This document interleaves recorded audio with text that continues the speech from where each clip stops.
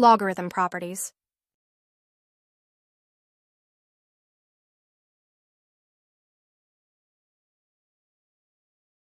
Product rule. The logarithm of a product is the sum of the logarithms of the individual factors. That is, log of m times n to base b equals to log m to base b plus log n to base b. Example, log of 20 to base 3. We can write 20 as 4 times 5. Hence log 20 to base 3 equals to log 4 times 5 to base 3, which simplifies to log 4 to base 3 plus log 5 to base 3.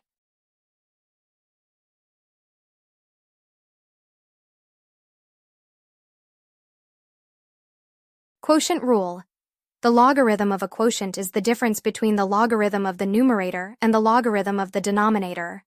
That is, log of m divided by n to base b equals to log m to base b minus log n to base b.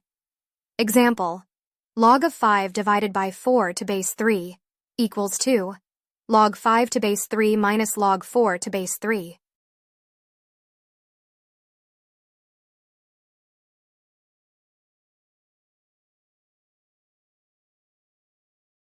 Power rule.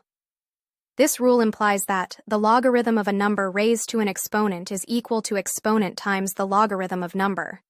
That is, log of m power n to base b equals to n times log m to base b. Example, log of 25 to base 3. We can write 25 as 5 square. Using the power rule, we can rewrite log 5 square to base 3, which equals 2 times log 5 to base 3.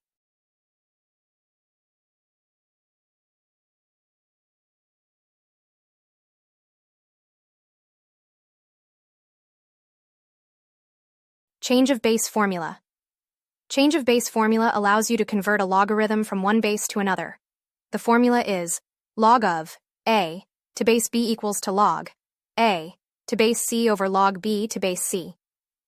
In natural logarithm form, it will be natural log ln a over ln b. Example, log of 25 to base 3 can be written as log of 25 to base 10 over log 3 to base 10.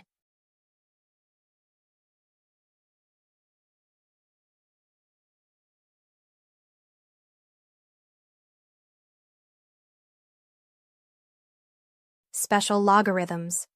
Logarithm of 1. The logarithm of 1 in any base is 0, because any number raised to the power of 0 equals 1. Logarithm of the base. The logarithm of the base itself is always 1, because the base raised to the power of 1 is the base.